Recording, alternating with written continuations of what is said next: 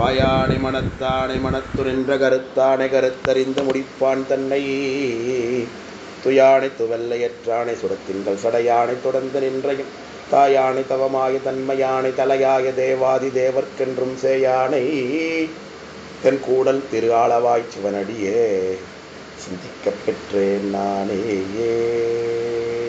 திருச்சிற்றம்பலம். நெஞ்சில் குடியிருக்கும் தில்லைக்கூத்தன் திருவருளை சிந்திக்கின்றேன். திரு கைலாயபுரம் வரை மேன்மைகுள் சைவ ஆதீன படங்களை கொண்டிருக்கும் திரு தரோபுராதீனம் குருமகாசன் நிதானம் எழுந்திருக்கும் திக்கு நோக்கி நகர்கின்றேன். இந்த இணையவழி ஞான வேள்வியில் உலகம் இருந்து இணைந்திருக்கக்கூடிய திருநீற்று சார்புடைய அடியார் வேறு மக்கள் அனைவரும் திருடி வணங்கி முகின்றேன். முக்கியமாக அடியனுக்கு இந்த வாய்ப்பினை கொடுத்திருக்கக்கூடிய ஆனந்த், இன்னொரு முக்கியமான உறுப்பினர் பெயர் குறிப்பிட்டிருந்தாங்க, ஸ்ரீராம் காஷிப், கோயம்புத்தூர் சேர்ந்தவர். அவரும் என்னுடைய நெருக்கமான நண்பர் தான். அவரும் இணைஞ்சிருக்காருன்னு தெரியல, தேடி பார்த்தேன். ஸோ அவருக்கும் இந்த நிகழ்ச்சியிலே முன்னிருந்தே பங்கேற்றுக் கொண்டிருக்கக்கூடிய அன்பர்கள், அப்புறம் இன்றைக்கு புதிதாக பங்கேற்றுக் கொடுக்கக்கூடிய அன்பர்கள் அனைவருக்குமே என்னுடைய சிறந்தாழ்ந்த வணக்கங்களை முதல்ல தெரிவித்துக் கொள்கிறேன். மிக முக்கியமாக அடியனை பற்றி பெரிய பெரிய வார்த்தைகள்லாம் இங்கே சொல்லி அறிமுகப்படுத்தினாங்க. அருளாளர்னு குறிப்பிட்டேன்.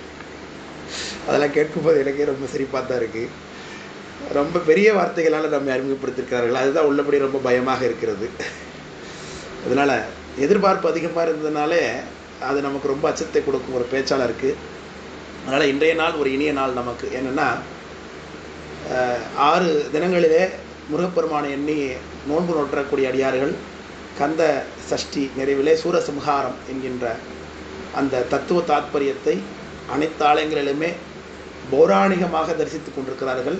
திருச்செந்தூரில் இப்போ தான் நிறைவானது. அடியன் பார்த்துட்டு தான் இங்கே டிவியில் லைவ் பார்த்துட்டு தான் இப்போ நிகழ்ச்சிக்கு வந்தேன். எல்லா ஆலயங்கள்லையும் நமக்கு சூரசம்ஹாரம் நடந்து கொண்டிருக்கிறது. பொதுவாக இந்த பௌராணிகம்னா புராணம் சார்ந்த நிகழ்வுகள் என்று பொருள். அந்த புராணங்கள் எல்லாம் எதற்காக என்றால் தத்துவத்தை சரியான முறையிலே மக்களுக்கு கொண்டு சேர்ப்பதற்காகத்தான். ஆனால் உயிர்களுக்கு எளிதிலே அறிவிளக்கம் ஏற்பட்டு விடாது.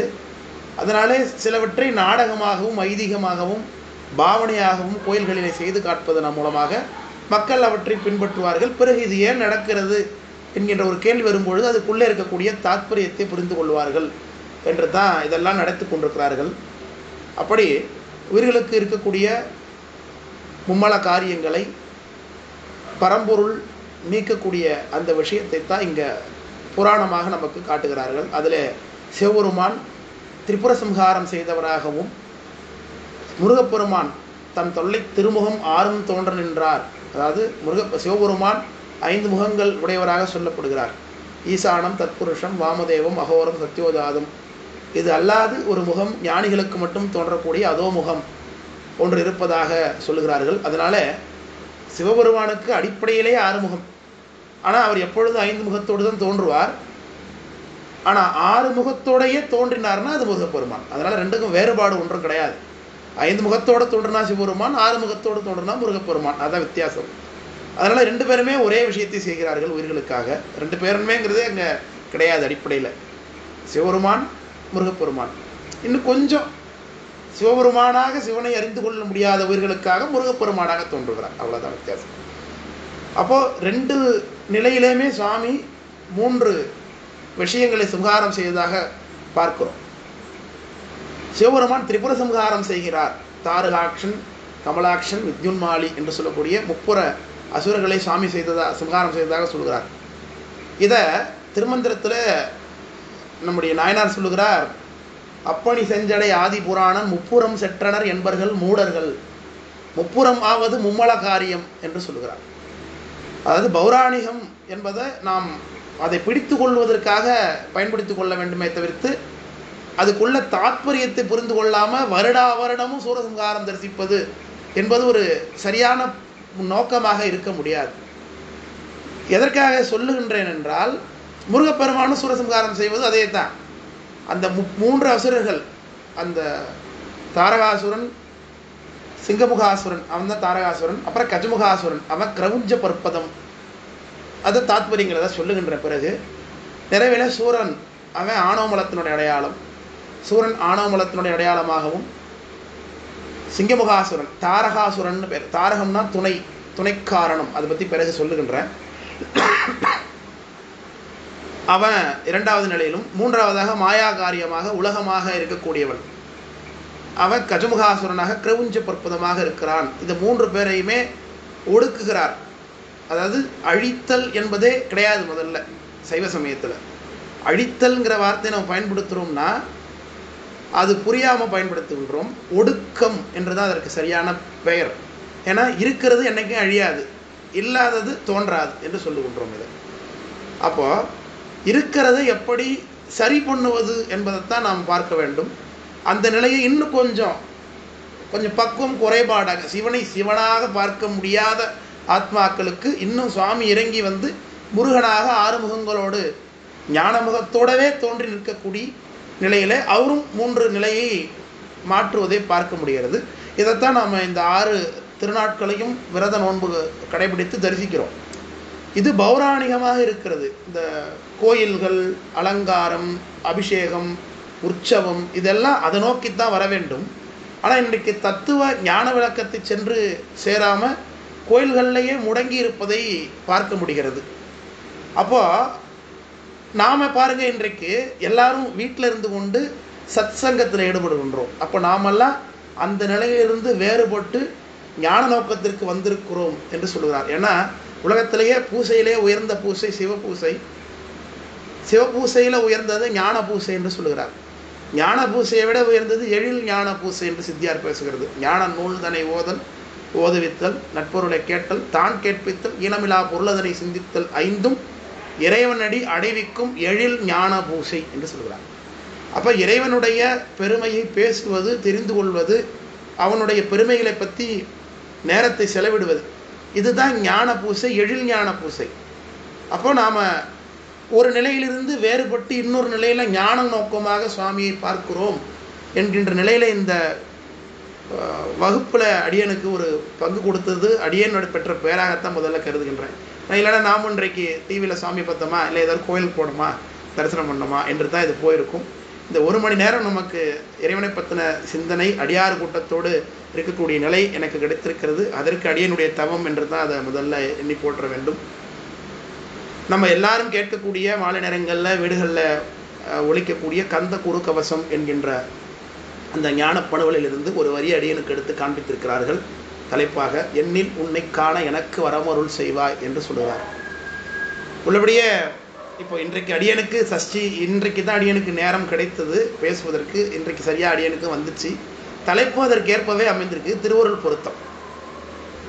இந்த தலைப்பு ஒருவேளை இதுக்கு முன்தினங்கள்லையோ அல்லது தொடக்க நாள்களையோ கொடுத்துருந்தா அந்தளவுக்கு சரியாக இருந்திருக்குமான்னு தெரியவில்லை. ஏன்னா இன்றைக்கு முருகப்பெருமானுடைய தரிசனம், 3 மலங்களும் ஒடுக்கப்பட்டு சுவாமி தரிசனம் இன்றைக்கு ஆகிறது. சுவாமி தரிசனம் எப்படி செய்ய முடியும் ஒரு உயிர்?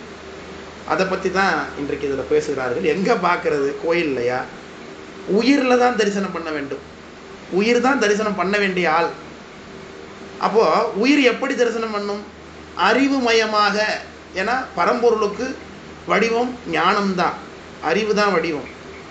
அறிவே வடிவமானவனை அறிவில் தரிசனம் பண்ணணும். மற்றபடி உருவமாகலாம் சுவாமி தரிசனம் பண்ண முடியாது. ஏன்னா சுவாமிக்கு 3 வகை உருவமும் உண்டுன்னு சொல்லுகின்றோம். உருவம், அருவுருவம், ரூபா அருவம் 3 உண்டுன்னு சுவாமிக்கு சொன்னாலும் கூட அது நிரந்தரம் இல்லை. சுவாமிக்கு உயிர்களுக்காக அவர் எடுத்து வருகிறாரை தவிர்த்து அதை 3ஐயும் கடந்து கற்பனை கடந்த சோதி கருணையே உருவமாகி வந்தவரை நாம் அவருடைய அறிவு மயமாகவே நாம் ஆகி அறிவில் அவரை அனுபவிக்கிறது தான் தரிசனம்.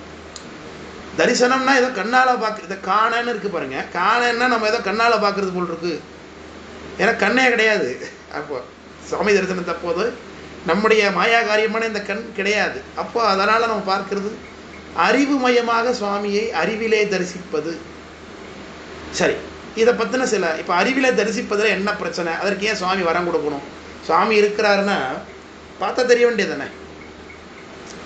அப்போ அதில் ஏதோ பிரச்சனை இருக்குன்னு தெரிகிறது. அந்த பிரச்சனை என்ன என்பதைத்தான் இன்றைய தலைப்பில் நாம் சில விஷயங்களாக பார்க்க இருக்கிறோம். அப்போ காணுதலில் என்ன பிரச்சனை என்று பார்த்தோம்னா, உயிரானது அடிப்படையிலேயே சில தடைகளோடு தான் இருக்குது. அதில் முதல்ல உயிருக்கு இருக்கக்கூடிய பிரச்சனை பார்த்தீங்கன்னா, அதாவது நான் நிறைய இருக்குது, சைவஸ்தாந்த பூர்வமாக விளக்க போனோம்னா இந்த 1 மணி நேரத்தில் எல்லாத்தையும் இங்கே பேசிட முடியாது. அது பெரிய மலைப்பை கொடுத்துரும். அதனால் எதோ அடியன் சொல்ல முடியுதோ அங்கங்கே எங்கெங்கே திறப்பு இருக்கோ அதை திறந்துக்க வேண்டியது தான் சுவாமி திருவருள். யார் யாருக்கு எது விளங்குதோ விளையும் கொள்ள வேண்டியது தான். அப்போது இறைவன் உயிர்களுக்கு அடிப்படையிலே இருக்கக்கூடிய அறியாமை என்கின்ற ஆணவ மலத்தை நீக்குவதற்காகத்தான் தான் கருணை செய்து வடிவமெடுத்து வருகிறார். அப்படி வடிவமெடுத்து வந்த சுவாமி உயிர்களுக்காக 5 தொழில்களை செய்கின்றார் என்று சொல்லுகின்றோம். அதில் நாம் வாழக்கூடிய இந்த பிரகிருதி மாய புவனத்தில் சுவாமி 3 தொழிலை செய்கிறதாக சொல்கிறார்கள்.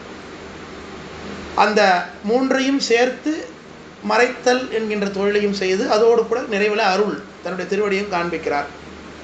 அதைத்தான் சித்தியார் பாட்டில் சொன்ன தொழில்கள் என்ன காரணம், ஏன் சுவாமி 5 தொழில் செய்கின்றார் என்று கேட்டதற்கு அது சுவாமியோட விளையாட்டுன்னு கூட சொல்லலாம். இன்னொன்று, மன்னிய புத்தி முத்தி வழங்கவும் துண்ணிய மலங்கள் எல்லாம் துடைக்கவும்னார். உயிர்களுக்கு இருக்கக்கூடிய மலத்தை துடைப்பதற்காகத்தான் இறைவன் உலகத்தை இயக்கி கொண்டிருக்கிறான். அடிப்படை நோக்கம் அதுதான். ஏன்னா இது சைவ சமயம் மட்டும்தான் அதை சொல்லுகிறது. மற்ற சமயத்தார் பார்த்தீங்கன்னா கடவுள், இப்போ உதாரணத்துக்கு இப்போ இஸ்லாம் சமயத்தை எடுத்துக்கிட்டிங்கன்னா உலகத்தை ஏன் கடவுள் படைச்சிருக்கார், உயிர்களை ஏன் படைச்சிருக்காருன்னா தன்னை வணங்குவதற்காக படைத்தான்னு சொல்கிறார்கள். தன்னை வணங்குவதற்காக உயிர்களை படைச்சி இந்த உலகத்தில் வணக்கம் மட்டும் வச்சுருக்கலாம் இல்லையா, நம்மளை அவ்வளோ கஷ்டப்படுத்தி வாழ வச்சு வேலைக்கு போக வச்சு சம்பாதிக்க வச்சு இதெல்லாம் தேவையில்லை. அப்போது வணங்குவதற்காக ஒரு உயிரை படைத்து இந்த உலகத்தில் கஷ்டப்படுத்துகிறான்னா அது கடவுள் தன்மை அல்ல, அது கடவுள் விருப்ப வெறுப்புக்கு உட்பட்டவனாக ஆகிவிடுவான். அப்போ கடவுள் விருப்ப வெறுப்புக்கு அப்பாற்பட்டவனாக இருக்கிறார் என்ற பொழுது அவர் எதற்காக இந்த உலகத்தை படைத்தார்னா உயிர்களுக்காக படைத்தார். ஏன் உயிர்களுக்காக படைக்கணும்? உயிர்களுக்கிட்ட ஆணவ மலம் என்கின்ற அறியாமையில் சிக்கியிருக்கு. அது இப்போ உதாரணத்துக்கு ஏன் அவர் பேசாமல் விட்டுருந்தா பிரச்சனையே இல்லையே, அது பாட்டுக்கு ஆணவ மலத்தில் இருக்குது, இவர் பாட்டுக்கு இருந்துட்டு இருக்கலாமேன்னா. இப்போ நாம் எத்தனையோ பிரச்சனை, இப்போ எனக்கே ஒரு பிரச்சனை இருக்குன்னு வச்சிங்களேன். உதாரணத்துக்கு எனக்கு ஏதோ வாழ்க்கையில் ஏதோ பிரச்சனை, ஏதோ கவலையாக இருக்கேன், இன்றைக்கு போயிட்டுருக்கேன். ஒரு ரோட்டில் நடந்து போயிட்டு இருக்கும்போது அங்கே ஒரு சாக்கடை குழி இருக்குது, அதில் ஒரு நாய்க்குட்டி விழுந்து தத்தளிக்குது. இப்போது எனக்கு கவலை 1000 இருக்கும். ஆனால் நான் என்ன செய்வேன், அந்த ஒரு சில நேரத்தில் மறந்து அந்த நாய்க்குட்டி துன்பப்படுகிறதே என்று அந்த நாய்க்குட்டியை சேத்துலேருந்து எடுத்து காப்பாற்றணும்னு நினைக்கிறேன். இப்படி துன்பத்தில் வாடுகின்ற எனக்கே இவ்வளவு கருணை பிறக்கிறது என்றால் துன்பமே இல்லாத கடவுளுக்கு உயிர்களுடைய நிலையை பார்த்து எவ்வளவு கருணை பிறக்கும். அதனால தான் அவர் ஆணவ மலத்தில் சிக்கிக்கொண்டு அறிவுடைய பொருளாகிய உயிர் இப்படி தன்னை மறந்து தன்னிலை கெட்டு சடமாம் தன்மை இது இருக்கிறதே, இவற்றுக்கு ஒரு விடுதலை கொடுக்கலாமே என்று எண்ணி உலகத்தை படைச்சு கொடுக்குறார். சரி, படைச்சு கொடுத்தாச்சு. அதை நமக்கு இந்த உலகத்தில் எப்படி நம்மளை சாமி நடத்துகிறார், படைச்சு கொடுத்ததோட வேலை முடிஞ்சிட்டா அப்படின்னு பார்த்தா படைச்சு கொடுத்ததோட வேலை முடியல. இந்த உலகத்தில் இந்த சகல நிலைங்கிறோம். உலகத்தை இறைவன் படைத்து கொடுப்பதற்கு முன்பாக, அதாவது சொற்பொழிவுகள் சிலது பார்த்தீங்கன்னா கொஞ்சம் கதை சொல்லலாம், கொஞ்சம் சிரிப்பு காட்டலாம், திருமுறைகளை சொல்லலாம், அதெல்லாம். ஆனால் இன்றைய தலைப்பு எனக்கு ரொம்ப டெப்த்தான தலைப்பு கொடுத்துட்டாங்க. ஸோ இதில் நான் கதை சொல்லிகிட்டு இருக்க முடியாது. அதனால் கொஞ்சம் டெப்த்தாக அடியன் போகணும்னு நினைக்கிறேன். இந்த 1 மணி நேரம் பயன்படுத்திக்கிட்டிங்கன்னா நிச்சயமாக நீங்களும் சைவஸ்தாந்தம் இவ்வளோ எளிமையானது. அம்மா அவர் சொன்னாங்க தொடக்கத்தில், சைவஸ்தாந்தம் ரொம்ப மிகப்பெரிய படிப்பு. அடியன் முதல்ல படிக்கவே இல்லை. ஏதோ திருவருள் ரொம்ப அடியாருடைய மீடியாருடைய கருணை, சுவாமி குருநாதருடைய கருணையினால அடியனும் ஒரு பொருளாக இங்கே உட்காந்துருக்கேன். அப்போது இது ரொம்ப எளிமை, ஒரு கான்செப்ட் தான். சாம்பார்னா என்ன, பருப்பு தண்ணியும் புளியும் சேர்ந்தா சாம்பார், அவ்வளோதான். மற்றபடி நீங்கள் அதில் வெங்காயத்தை போட்டாலோ முருங்கைக்காயை போட்டாலோ அதெல்லாம் வேல்யூ ஆடடு தான். அது மாதிரி ஒரு கான்செப்ட் தான் சைவஸ்தாந்தம். அது ஒன்றும் பெரிய கம்பசூத்திரம்லாம் கிடையாது. நமக்கு இன்ட்ரெஸ்ட் வேணும், அது சொல்லிக் கொடுக்குறது சரியான ஒரு ஆசிரியர் வேணும், அது ரொம்ப முக்கியம். 2 வேணும். அதனால் சில விஷயங்கள் நம்ம இங்கே கொஞ்சம் என்னடா அது இவ்வளோ டெப்த்தாக எடுத்தோடனே இறங்கிட்டாரே அப்படின்னாக்க தலைப்பு டெப்த்தாக இருக்குது. அப்படி இல்லைன்னா ஆனந்த் என்கிட்ட கோச்சு பாருங்கன்னா, ஆனந்த் உங்கள்கிட்ட ரொம்ப எதிர்பார்த்தேன், நீங்கள் மேலே போக சொல்லிட்டீங்கன்னு நாளைக்கு சண்டைக்கு வருவார். அதனால் கொஞ்சம் டெப்த்தாகவே போகலாம் என்று தான் கொஞ்சம் சிவஞான போத சிவஞான சித்தியார் இப்படியே சுற்றிக்கிட்டு இருக்கேன். சரி, இப்போது இறைவன் உலகத்தை படைச்சு கொடுத்தார். படைச்சு கொடுக்கறதுக்கு முன்பாக இருக்கக்கூடிய நிலையை கேவல நிலை என்று சொல்லுகின்றோம். இப்போ நம்ம படைப்பில் இருக்கிறோம், உலகத்தில் வாழ்ந்து கொண்டிருக்கிறோம். இதுக்கு சகல நிலைன்னு பேர். இப்போ படைச்சு கொடுத்ததோட முடிஞ்சிருச்சா? இப்போ ஒரு பிஸ்னஸ் ஒருத்தருக்கு இதை வச்சுக்கோ, இதை வச்சு நீ படைச்சிக்கோ அப்படின்னு விட்டுடுறாங்க. அது மாதிரி தான் சுவாமி உலகத்தை படைச்சு கொடுத்துட்டாரா, உடம்பை படைச்சு கொடுத்துட்டு விட்டுட்டாரானா? அப்படி கிடையாது. கொடுத்ததை நாம் அனுபவிக்கிறதுக்கு அவரும் கூட இருந்து போகப்படுத்துகிறார். அப்போ உயிருக்கு உயிராக இருக்கின்றான் என்று இதை சைவ சித்தாந்தம் சொல்லுகிறது. ஆனால் இதில் ஒரு பிரச்சனை என்னன்னா, இதை வேதம் சொல்லும். ஏன்னா வேதம் நமக்கு முதல் பிரமாணம், ஆகமம் அதை வேதத்தில் உள்ள கருத்தை புரிஞ்சுக்கிறதுக்காக சுவாமி கொடுத்த சிறப்பு பிரமாணம். ஆனால் நமக்கு முதல் நூல் வேதம் தான். வேதத்தில் என்ன சொல்லப்பட்டிருக்கோ அந்த வார்த்தைகளுக்கு நாம் நிச்சயமாக பதில் சொல்லணும், சைவ சிமாயும் பதில் சொல்லணும், அதை மறுக்கக்கூடாது. ஆனால் சரி, மற்றவங்க சொல்கிற விளக்கம் சரியாக தப்பாங்கிறத ஆராய்ச்சி பண்ணி புரிய வைக்கணும். இப்போ உதாரணத்துக்கு வேதத்தில் உயிருக்கு உயிராய் சுவாமி இருக்கிறான் என்பதை பேசும் பொழுது இறைவன் மாத்திரமே உலகத்தில் இருந்து கொண்டிருக்கிறான், இறைவனே உயிர்களுக்கு உயிராகவே இருக்கிறான் என்றது மாதிரி ஒரு விளக்கம் ஏகம் அப்படின்னு சொல்லப்படுகிறது. அப்போ அதுக்கு விளக்கம் சொல்ல வந்த சில அறிஞர்கள், இந்திய மெய்யியல் அறிஞர்கள் என்ன நினைக்கிறாங்கன்னா, கடவுளே உயிரா இருக்கிறான் என்று ஒரு தப்பர்த்தம் சொல்லுகிறார்கள். அதுல பிரதானமா பார்த்தீங்கன்னா சங்கரர்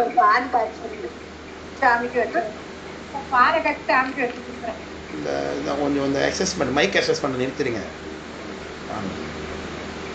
அடுத்தது இந்த சங்கரர் அவர் என்ன சொல்லுகிறார், அடிப்படையிலேயே கடவுள் மட்டும்தான் இருக்கார், உயிர்னு ஒன்றும் கிடையவே கிடையாது, கடவுளே உயிராக இருக்கார் அப்படின்னு சொல்கிறார் விளக்கம். அப்போ அதில் என்ன பிரச்சனை வருதுன்னா, கடவுள் உயிராக ஆனார்னா அது கடவுளுக்கு குற்றமாயிடும், அது தப்பு. அடுத்தது மத்வாச்சாரியார் என்கின்றவர் என்ன சொல்கிறார், வேதத்தை விளக்கம் சொல்லும் பொழுது கடவுள் வேறதான் உயிர் வேறதான், ரெண்டு தனித்தனி பொருள், ரெண்டுமே சம்பந்தம் இல்லாதது. ஆனால் முத்தி நிலையில் மரமும் அதன் கிளையும் போல சம்பந்தப்பட்டிருக்கும் என்று ஒரு விளக்கம் சொல்கிறார்கள். அடுத்தது ராமானுஜர் அந்த கருத்துக்கு விளக்கம் சொல்லும் பொழுது கடவுளே உலகமாகவும் இருக்கார், உயிராகவும் இருக்கின்றார். இப்போ இதில் என்ன பிரச்சனைன்னு பாருங்களேன். இப்போ ஒரு போலீஸ் ஸ்டேஷன் இருக்குது, அந்த போலீஸ் ஸ்டேஷனில் எந்த கேஸுமே இல்லைன்னு வச்சுங்க, எந்த பிரச்சனையுமே கிடையாது, யாரும் திருடலை, அந்த ஊரில் எல்லாருமே நல்லா இருக்காங்க, எந்த எஃப்ஐஆருமே கிடையாது. இப்போ போலீஸ்காரன்ட்ட கவர்மெண்ட்டில் கேள்வி விட்டுறேன், என்ன உங்கள் ஸ்டேஷனில் எந்த பிரச்சனையுமே இல்லை, எதாவது வேலை பார்க்காம இருக்கீங்களா அப்படின்னு கேட்டான்னா போலீஸ்காரன் இப்போ என்ன பண்ணுவோம், பதில் சொல்ல தெரியாமல் இவனே ஒரு திருட்டை பண்ணி அந்த திருட்டை நானே அதை தீர்வு பண்ணுறேன் அப்படின்னா எவ்வளோ வேடிக்கையாக இருக்குமோ, அதே மாதிரி கடவுளே உயிர்களாகி அந்த உயிர்களுக்கு கடவுள் மலத்தை நீக்குகிறார் அப்படின்னா அந்த மாதிரி ஒரு வேடிக்கையான ஒரு விளக்கமாக ஆகிவிடுகிறது இந்த 3 பேர் சொல்கிற விளக்கமும். அப்போது கடவுளும் உயிரும் வேற வேற தான், ஆனால் ஏதோ ஒரு நிலையில் சம்பந்தப்பட்டு நிற்கிது. இதை தான் வேதம் சொல்லுகிறது. இதை ஆகமம் இன்னும் சிறப்பாக அதை மெய்கண்டார் அவையே தானே ஆய் அப்படின்னார். உயிர்களாகவும் ஆயிருக்கிறார், அதே சமயம் அவர் தனியாகவும் இருக்கிறார். இப்போ உயிர்களாக அவர் ஆனாரா அப்படிங்கிறதுக்கு விளக்கத்துக்கு என்ன சொல்கிறாங்கன்னா, உயிராகத்தான் இருக்குது கேவல நிலையில், ஆனால் அறியாமையில் இருக்குது. அப்போது அதை அறிவு விளக்கத்தை பண்ணி அந்த அறிவை அனுபவிக்கிறதுக்கு அவர் கூட இருந்து செயல்படுத்துகிறார். இப்போ உதாரணத்துக்கு எல்கேஜி பிள்ளைய கொண்டு போய் எல்கேஜியில் சேர்க்குறோம், சின்ன பிள்ளைய வாத்தியார் ஆனா போட்டு கொடுக்குறார், கையை பிடிச்சி ஆனா போடுறார். இப்போ ஆனா போட்டது யார், அந்த பிள்ளை போட்டிருக்கான், வாத்தியார் 2 பேரும் தான் போட்டாங்க. ஆனால் அனுபவம் யாருக்குன்னா அந்த பிள்ளைக்கு தான், அவன் கற்றுக்கிட்டான், வாத்தியார் கற்றுக்கிறதுக்காக போடலை. அது மாதிரி உயிருக்கு உயிராக சுவாமி இருக்கிறான் என்பது உயிர் இயங்க முடியாத நிலையில் இருக்கும்போது கூடவே இருந்து இயக்கிறது. அதைத்தான் உயிருக்கு உயிராக இருக்கிறான், ஏகமாக இருக்கிறான் என்றெல்லாம் வேதம் சொல்லுகிறது என்பதை சிவஞான போதம் 2ஆம் சூத்திரத்தில் அவையே தானேயாய் என்று பேசுகிறது. அதை சுத்தாத்வைத அதிகரணம் என்று விளக்குவார்கள். இப்போ இன்னும் அதுக்குள்ளே போக வேண்டியதில்லை. இப்போதைக்கு என்ன இதில் வரைக்கும் தெரிஞ்சிருக்கிறோன்னா, உயிர் வேறு, உயிருக்கு பிரச்சனை இருக்குது, இந்த பிரச்சனை நீக்கிறதுக்காக சுவாமி கூடவே இருக்கிறான். இப்போ கூடவே இருக்கிறத இப்போ எப்படி பார்க்கறது என்பது தான் பிரச்சனை. இப்போ அதுதான் நம்முடைய தலைப்பு, எண்ணில் உன்னை காண. ஏன்னா கூடவே தான் இருக்கான். இப்போ என் கூட என்ன இருக்குது, இங்கே இந்த ரூமில் லைட்ஸ் இருக்குது, லைட் செட்டிங்ஸ், லேப்டாப் இருக்குது, டேபிள், ஃபேன் எல்லாமே இருக்குது. கடவுள் இருக்கிறத பார்க்க முடியல, ஆனால் அவரும் கூட தான் இருக்கார். இதெல்லாம் எனக்கு தெரிகிறது, ஆனால் அவர் எனக்கு தெரியவில்லை. அதனால தான் பிரச்சனை என்ன ஆகுதுன்னா, கடவுள் தனியாக இல்லை, அவர் உள்ளுக்குள்ளே தான் இருக்கார், அவரே தான் உயிராகவும் இருக்கார், இதை புரிஞ்சிக்க மாட்டுறாங்க அப்படின்னு அவங்கெல்லாம் விளக்குறாங்க. அதை தான் இங்கே எழுதியிருக்கேன், லைட் தெரிஞ்சதுன்னா பாருங்கள். பொற்பொனி போல் அபேதம், சங்கரர் சொல்லக்கூடிய கேவலாத்வைதம், எல்வழி போல பேதம், மத்துவர் சொல்லக்கூடிய துவைதாத்வைதம், சொற்பொருள் போல பேதாபேதம், ராமானுஜர் சொல்லக்கூடிய விசிஷ்டாத்வைதம் என்றெல்லாம். ஆனால் மெய்கண்டார் சொல்கிறார், உடலும் உயிரும் போல கடவுள் இந்த உலகத்தில் உடலும் உயிரும் போல சம்பந்தப்பட்டு நிற்கிறார். அதனால தான் பிரித்து அறிய முடியவில்லை என்று சொல்கிறார். உதாரணத்துக்கு பாருங்க, இப்போ இந்த என் உடம்பு தீபன் என்று இந்த பிரிவிலே இந்த உயிர் இந்த பேர் எனக்கு இப்போ தீபன்னு பேர். இந்த பேர் எதுக்கு? இந்த உடம்புக்கு தான் வச்சிருக்கிறாங்க. ஏன்னா இந்த உடம்புக்குள்ள இருக்கக்கூடிய அந்த தீபன்னு அடையாளப்படுத்தக்கூடியதாக இந்த ஆன்மா சென்ற பிரிவில் வேறு பேர் பெற்றிருக்கும், அதுக்கு முன்னாடி வேறு பேர் பெற்றிருக்கும். ஆனால் ஆன்மாவுக்கு எந்த பேருமே இதில் கிடையாது. இப்போ இந்த பிரிவியில் இந்த உடம்பை பெற்றிருக்கும் போது இந்த உடம்புக்கு தீபன்னு பேர் வச்சிருக்கிறாங்க. உதாரணத்துக்கு இன்னும் தெளிவாக சொல்கிறேன். இப்போ சென்ற மாதத்தில் கரூரில் ஒரு அசம்பாவிதம் நடந்தது. ஒரு 39 பேர் போனாங்க. அதில் 39 பேரையும் இப்போ ஒரு ரூமில் போட்டு வச்சுருக்காங்கன்னு வச்சுப்போம். இதில் இன்னார் யார் அப்படின்னு கேட்டால் அந்த அன்னாருடைய உடம்பை தான் காமிப்பாங்க. அப்போ அந்த பேர் பெற்றது அந்த உடம்பு தான். அந்த உயிரங்கள்னாலும் பேர் அந்த உடம்புக்கு தான் வைக்கப்பட்டது. இப்போ கூப்பிட்டா அந்த உடம்பு கேட்குமா? யாருன்னு கேட்காது, ஏன்னா உயிர் இல்லை. அப்போது இந்த பேர் வைத்தது என்னமோ இந்த உடம்புக்கு, ஆனால் என்னை கூப்பிட்டா உடம்பு ஏன்னு கேட்காது, உயிர் தான் ஏன்னு கேட்கும். இதைத்தான் கீழே அந்த பாட்டு போட்டுருவோம். கட்டும் உறுப்பும் கரணமும் கொண்டு உள்ளம் இட்டது ஒரு பேரழைக்க என்றாங்கன்னார். இந்த உடம்புக்கு வச்ச பேரை சொல்லி கூப்பிட்ட பொழுது உயிர் ஏன்னு கேட்கும். அந்த அளவுக்கு இது ரெண்டும் சம்மந்தப்பட்டிருக்கான். உடம்பு வேற தான், உயிர் வேற தான். ஆனால் இதை கூப்பிட்டா அது ஏன்னு கேட்குற அளவுக்கு ரெண்டும் இப்படி சம்மந்தப்பட்டிருக்கு. இதை தான் பிரிப்பில்லாத சம்பந்தம். அப்படித்தான் சுவாமி உயிர்களோட பிரிப்பில்லாத உலகத்தில் கலந்துருக்கிறான் அப்படின்னு சொல்லுகிறார் மேகண்டார். இதை இன்னும் தெளிவாக சொல்லும் பொழுது அக்ஷரங்கள் தோறும் செல்லும் அகர உயிர் போலன்னார். வாயை திறந்த மாத்திரத்தில் அகர ஓசை பிறக்கும். டாக்டர்கிட்ட பல் டாக்டர் போனீங்கன்னா காட்டுங்க பாரு. அப்போ நான் சேவத்தில் எதிர்க்க ஆவை காட்டுறதுன்னு அர்த்தமா? பல்ல வாயை திறந்து காமிங்கிறார். ஏன்? வாயை திறந்து அகரம் பிறக்கும். அதுபோல் எந்த சொல்ல பிறந்தாலும் அதில் அகரம் கலந்து நிற்கும். அதுபோல் ஒவ்வொரு உயிர்கள் தோறும் சாமி கலந்து நிற்கிறான். ஆனாலும் அகரம் எப்படி தனித்தும் இயங்குமோ அதே போல் சுவாமி தனியாகவும் இருப்பான். இதைத்தான் அகர உயிர் போல அறிவாகி எங்கும் நிகரில் இறை நிற்கும் நிறைந்து என்றும், அகர முதலானை அணி ஆப்பனூரானை பகரும் வினையுடையார் வினைப்பற்று அறுப்பார் என்று ஞானசம்பந்தர் சொல்லுகிறார். இன்னும் திருக்கலிற்றுப்படியார் முதலான சாஸ்திரங்கள் அக்கரங்கோள் தோறும் செல்லும் அகர உயிர்னு சொல்கிறார். அகர முதலை எழுத்தெல்லாம்னு திருவள்ளுவரை சொல்கிறார் இது தொடக்கத்திலே. அப்படி உயிர்கள் தோறும் இறைவன் இருக்கிறான். இப்போ பிரச்சனை, சுவாமி தரிசிக்கிறது எங்கேயும் கோயிலுக்கு போகணும்னு அவசியம் கிடையாது. இதுதான் இப்போ சொல்ல வரேன். இப்போ சுவாமி தரிசனம் எங்கே நிகழ வேண்டியது? நாம் இருக்கிற இடத்துலையே இருந்தபடியே அறிவுமயமாக சுவாமியை தரிசிக்கணும். அவர் கூடவே இருக்கிற சுவாமி தான். ஆனால் தரிசிக்கிறதுல பிரச்சனை இருக்குது. அதை எப்படி தரிசிப்பது? அதற்குத்தான் அடுத்ததாக ஒரு உபகரணம் செய்கிறார் சுவாமி. அது என்ன என்றால், அந்த சிவபெருமானே நான் உன் கூடத்தான் இருக்கிறேன், ஆனால் நீ என்னை பார்க்காம இருக்கிற என்பதை விளக்குவதற்காக ஆச்சாரியனாக குருநாதராக வருகிறது. சிவபெருமான் குருநாதராக வந்து நான் உங்க கூடத்தான் இருக்கிறேன், இதை புரிஞ்சுக்கோ என்பதற்கு சில வழிகளை நமக்கு செய்கின்றார். அதற்கு சிவஞான போதத்தில் 8ஆம் சூத்திரத்தில், 8ஆம் சூத்திரம் பார்த்தீங்கன்னா திருவாசகம் 8ஆம் சூத்திரம் ஒன்றுன்னு சொல்வார்கள். திருவாசகம் 8ஆம் திருமுறை. அது குரு வடிவமாக சிவபெருமான் மணிவாச பெருமானை வந்து ஆட்கொண்ட திருமுறையை பற்றி பேசுகிறது. 8ஆம் சூத்திரமும் குரு வடிவமாக சாமி வரதை பற்றி பேசுகிறது. அதாவது சிவஞான போதும் திருமுறை சாத்திரமும் தோத்திரமும் வேறு வேறு அல்லங்கிறது இதெல்லாம் ஒரு சான்றுகள். அப்போ சிவபெருமான் உயிருக்கு உயிராக இருந்து இருக்கிறவர் ஒரு நாள் வெளிப்பட்டு தோன்றுவார் உரிய நேரத்தில். எப்போன்னா உயிர்களுக்கு சக்தி நிபாதம் ஏற்படும் பொழுதுன்னு சொல்கிறார்கள். அது பாதம் அப்படின்னா, இப்போ எனக்கு 7:15 ஆயிடுச்சு, நேரம் வேற எவ்வளோ தூரம் போகுதுன்னு தெரியல. சரி, ஓகே. ஏன்னா எடுத்துக்கொண்ட தலைப்பு ஓரளவுக்கு கொண்டு போய் சுவாமி தரிசனத்தோடு நிறைவு பண்ணிடுறேன். அது வரைக்கும் நேரம் நமக்கு ஒத்துழைக்கணும். சரி, பார்ப்போம். இப்போ பாதம் என்பது நிற்பது, நிபாதம் அப்படின்னா விழுவதுன்னு அர்த்தம். சக்தி நிபாதம் அப்படின்னா அருள் விழுவது அப்படின்னு அர்த்தம். அதான் சக்தி நிபாதம். சக்தி நிபாதம்னு சொல்லுவார்கள் எல்லாரும். சக்தி நிபாதம் அப்படின்னு அதுக்கு பேர், அருள் வீழ்ச்சி. இது எப்படி நிகழும்? நாம் பல பிறவிகள் சுவாமி கொடுக்குறார். முதல் பிறவிலேருந்து எடுத்து எத்தனையோ பிறவி எடுத்துருக்கோம்.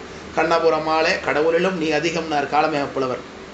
காலமேகப்புலவர் சிறந்த சிவபக்தர். ஆனால் அவர் திருமாலை தான் உயர்ந்த தெய்வம்னு பாடுகிறார். எப்படி? யாருக்கிட்ட அதிக உடைமை இருக்கோ அவங்க தானே பெரியவங்க. வகையில் கண்ணபுரமாலே கடவுளிலும் நீ அதிகம். எப்படி? உன் பிறப்போ 10, உயர் சிவனுக்கு ஒன்றும் இல்லைன்னார். உனக்கு பிறப்பு 10, சிவபெருமானுக்கு ஒன்றுமே இல்லை. அப்போ அவர் தானே பெரியவர் உன்னை விட அப்படின்னு நிந்தாத்து சொல்கிறார். அப்போ என் பிறப்போ என்ன தொலையாதேன்னார். நாம் எத்தனை பிறவி எடுத்துருக்குறோம், கணக்கே இல்லை. அப்போது பல பிறவிகளில் நாம் எடுத்து எடுத்து புறச்சமய நெறி நின்றும் அகச்சமயம் போக்கும் புகன் மிருதி வழி உழன்றும் இப்படியெல்லாம் பலவிதமாக வந்து தாழ்வனும் வாழ்வனும் மையல் விட்டு வறுமையாம் சிறுமை தப்பி தாழ்வனும் தன்மையோடும் சைவமாம் சமயம் சாரும் ஊழ்பரல் அரிது என்றெல்லாம் சொல்கிறார்கள். அப்போது இத்தனை நிலையில் வந்தால் தான் முதல்ல சிவபெருமான் தான் கடவுள். அதை பற்றி மணிவாச பெருமான் போற்றி திருவாள் அழகாக பேசுகிறார். தெய்வம் என்பது ஒரு சித்தம் உண்டாகினார். அது எப்போ உண்டாகும், எத்தனை நிலை காட்டுறாரு அதில். கல்வி என்னும் அல்லலில் பிழைத்தும் செல்வம் என்னும் தொல்கடல் பிழைத்தும் எல்லாம் சொல்லுகிறாங்க, சாமி சொல்கிறாங்க. அப்படி அப்போது இதெல்லாம் கடந்து வந்தால் தான் கடவுள் இருக்க தெய்வமே அப்போ தான் வெளிப்படும். அப்புறம் அந்த தெய்வம் சிவபெருமான்னு புரிஞ்சுக்கிறதுக்கு பல கட்டம் வேணும். அப்புறம் அந்த சிவபெருமான் குருநாதன் தான் சிவபெருமான் புரிஞ்சுக்கிறதுக்கு இன்னும் பலவிதமான கட்டம் தேவைப்பட்டிருக்கின்றலாம் சொல்கிறார். அதனால் படிநிலையில் தான் உயிர் எல்லாத்தையும் அடையும். அதில் படிநிலையில் முதல்ல உயிர் என்ன பண்ணணும்னா தர்ம நிலையில் நிற்கணும், அறத்தில் நிற்கணும். அதனால தாழாது அறம் செய்மின் அப்படின்னு சொல்கிறார். முதல்ல ஒரு உயிர் கடவுளை நம்புறானோ இல்லையோ, கடவுள் இருக்காருன்னு ஏற்றுக்கிறானோ இல்லையோ, ஆனால் அறத்தின்படி நேர்மையாக இருந்தான்னா அவன் சிவபெருமானுக்கு ஓப்பானவன். அதான் முதல்ல. அதனால தான் அறவிடையில் சுவாமி வரார். அந்த அறம் ரிஷபங்கிறது என்னென்னா அது இன்னும் மாடுன்னு நம்ம நினைக்கிறோம், அது என்னது தர்மம். அது தர்மம் யார்கிட்ட இருக்கோ அவர்கிட்ட சுவாமி வருவான், அதுதான் அர்த்தம். அறத்தில் சுவாமி வருவான், ரிஷபத்தில் சுவாமி வராங்கிறது தர்ம சிந்தனையில் இருக்கிறவங்கள்ட்ட சுவாமி முதல்ல வருவார். ஏன்னா அவர் கொடுத்த வேதாகம வழிப்படி நடக்கிறவங்களுக்கு சுவாமி ஓப்பானவர், அதை மீறுறவங்களுக்கு சுவாமி தண்டனை கொடுப்பார் அப்படின்லாம் சித்தியார் பேசுகிறது. அப்போ அறவழியில் நிற்கிறவங்க அவங்க கடவுள் மறுப்பாளராக இருந்தாங்கன்னா கூட அவங்கள அடுத்த பிரிவில் கடவுள் நம்பிக்கையாளர்களாக மாற்றுவார் சுவாமி என்று சொல்கிறார்கள். அப்புறம் அந்த கடவுள் நம்பிக்கை ஏற்படும். பல விதமான கோயில்களுக்கு போவாங்க, எல்லா தெய்வங்களும் வழிபாடு பண்ணுவாங்க. ஏதோ ஒரு நிலையில் யாருக்கும் நமக்கு எல்லாருக்குமே அப்படித்தான். எத்தனையோ தெய்வங்கள் உலகத்தில் எத்தனையோ கோயில்கள் இருக்குது. ஏன் நமக்கு சிவபெருமானை பிடிச்சது, ஏன் நமக்கு பிரதோஷம் போகணுன்னு ஆசையாக இருந்தது, ஏன் நம்ம அது சிவன் கோயில் நடக்கிற உற்சவத்துக்கு போய் கலந்துக்கணும்னு ஆசையாக இருந்தது, ஏன் நமக்கு துண்ணூறு பூசிக்கணும்னு ஆசையாக இருந்தது, அது நமக்கு ஏற்பட்ட விருப்பம். அந்த விருப்பம் ஏற்படுது பாருங்க, திருவேடதாரைகளை பார்த்த ஒரு விருப்பம், அவங்கள மாதிரி நாமளும் ஆகும்னு நினைக்கிறது விருப்பம் இருக்குது பாருங்க, அதுதான் முதல் நிலை சத்தினிபாதம் என்று சொல்கிறார்கள். அப்படி அவர்களுக்கு ஏற்படக்கூடிய அந்த சத்தினிபாதம் ஏற்படும் பொழுது அவர்கள் மீது திருவருள் உண்மீலினி என்கின்ற நிலையில், உண்மீலின்னு அந்த சக்தி படியும்னு சாமி ஆகமம் சொல்லுகிறது. அந்த முதல்நிலை சத்தினிபாதம் ஏற்பட்டவருக்கு தான் தீக்கை. அதனால் தீக்கை சத்தினிபாதம் ஏற்பட்டவருக்கு தீக்கை ஏற்பட்டால் சத்தினிபாதம் உண்டாகும். ஏன்னா சத்தினிபாதம் 4 வகைப்பட்டது. அதில் முதல் வகை சத்தினிபாதம் என்பது திருவேடதாரிகளை பார்த்து விருப்பம் கொள்வது, திருநீரை பார்த்தா விருப்பம் வர்றது, ருத்ராட்ச தாரணர்களை பார்த்தா விருப்பம் வருவது, சிவாலயத்துக்கு போகணும்னு விருப்பம் வர்றது, இப்படி சுவாமி மீது வரக்கூடிய முதற்கட்ட விருப்பம், அதுதான் சத்தினிபாதம் ஏற்பட்டிருக்குங்கிறதுக்கான அடையாளம். அவைகளை இங்கே இருக்கிற அத்தனை பேரும் சத்தினிபாதம் ஏற்பட்டவர்கள் தான். அப்போ நிச்சயமாக அவங்க எல்லாருக்கும் முக்தி கேரண்டின்னு அர்த்தம் அதில். ஏன்னா அந்த ரூட்டு டிக்கெட்டை வாங்கியாச்சு, அப்போ நிச்சயமாக போய் தானே சேரணும். அப்போது அந்த முதல்நிலை சத்தினிபாதம் ஏற்பட்டவருக்கு சிவபெருமான் உரிய காலத்தில் வந்து சத்தினிபாதம் ஏற்பட்டுருச்சு, சுவாமி மீது விருப்பம்லாம் வந்துருச்சு, ஆனாலும் நம்ம இன்னும் உலகத்தை விடலை. சுவாமி தான் நிரந்தர பொருள், அவர் தான் நித்திய பொருள், அவர் தான் அடையத்தக்கவர் என்பதெல்லாம் இன்னும் நம்ம கற்றுக்கல இல்லையா. ஸோ அதை இன்னும் கொஞ்சம் விளக்கம் பண்ணுவதற்காக சுவாமி வருகிறார். அப்போ தான் அழகான ஒரு ஓமையில் காட்டுகிறார். மேகண்டாரும் சித்தியாரில் அருண சிவாச்சாரியார், சுவாமி அருண சிவாச்சாரியம். அதாவது மன்னவன் தன் மகன் வேடரிடத்தே தங்கி வளர்ந்து அவனை அறியாது மயங்கி நிற்பன்னார். உயிர் இருக்கு பாருங்க, இதுதான் அனுபவ பாத்தியதை உடையது. அடிப்படையில் மொத்தம் 3 பொருள் தான் உலகத்திலே இருக்குன்னு சொல்லுது ஆகமம். அது 1 சுவாமி, 2வது உயிர், 3வது பாசம்.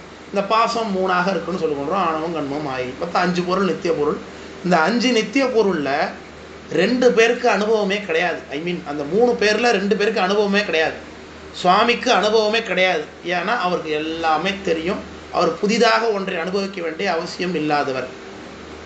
சடப்பொருளாகிய பாசம் அது அறிவே கிடையாது. கரண்டியில் சக்கரை பொங்கல் அள்ளி வச்சாலும் திங்கிறவனுக்கு தான் அனுபவம் இருந்தது, கரண்டிக்கு தெரியாது, அது சக்கரை பொங்கலுக்கு தெரியாது. அதுபோல் ஆணவமலம் பாசத்துக்கு அனுபவம் கிடையாது. இப்போ அனுபவம் யாருக்குன்னா உயிருக்கு தான். ஒரு வகையில் சுவாமியோட இருப்பே நம்மளை வச்சு தான் வச்சுக்கலாம். ஏன்னு கேளுங்க, நாம் இல்லைன்னா சாமி யார் கும்பிடுறது? இப்போ சாமி இருக்காருங்கிறது யாருக்கு தெரியும்? தெரியாது. உயிர்னு ஒன்று இல்லைன்னா சாமியை யாரும் அனுபவிக்கவே முடியாது யாருக்குமே. ஏன்னா அவனுக்கு அனுபவத்தின் அனுபவம் கிடையாது.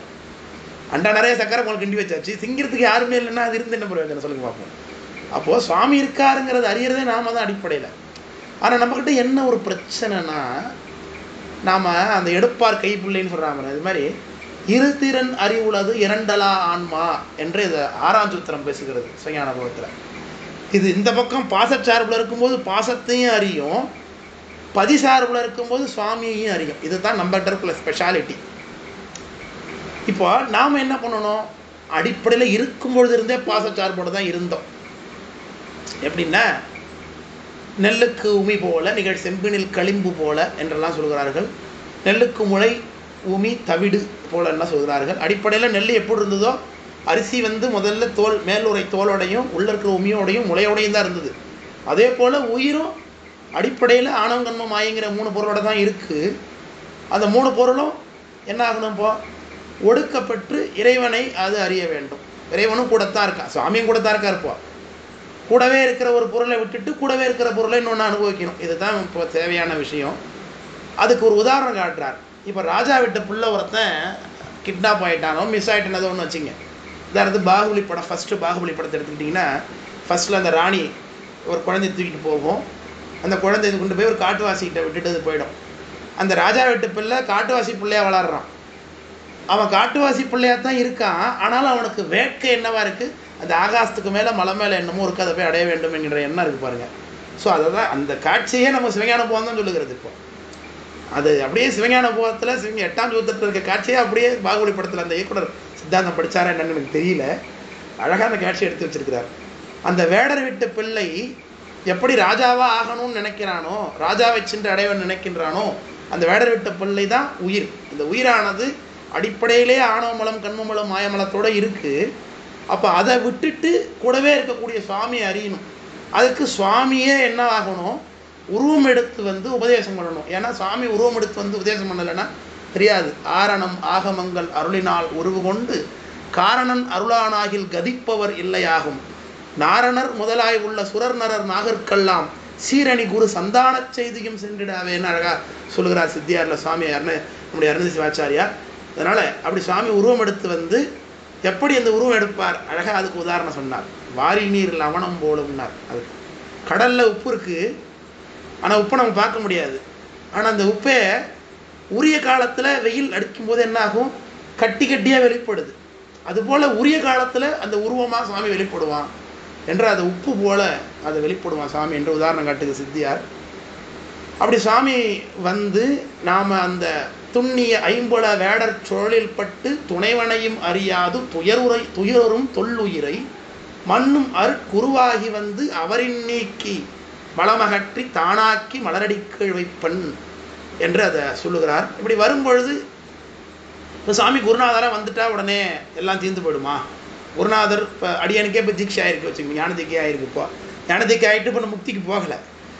ஞானதீக்கை ஆயிருந்தாலும் முக்திக்கு போகலைன்னா என்ன அர்த்தம், பக்குவம் இன்னும் ஆகவில்லைன்னு அர்த்தம். சத்தினிபாதத்தில் தீவிரதர சத்தினிபாதம் இருந்தால் தான் உபதேசம் பெற்ற மாத்திரத்தில் முக்திக்கு போகும் உயிர்.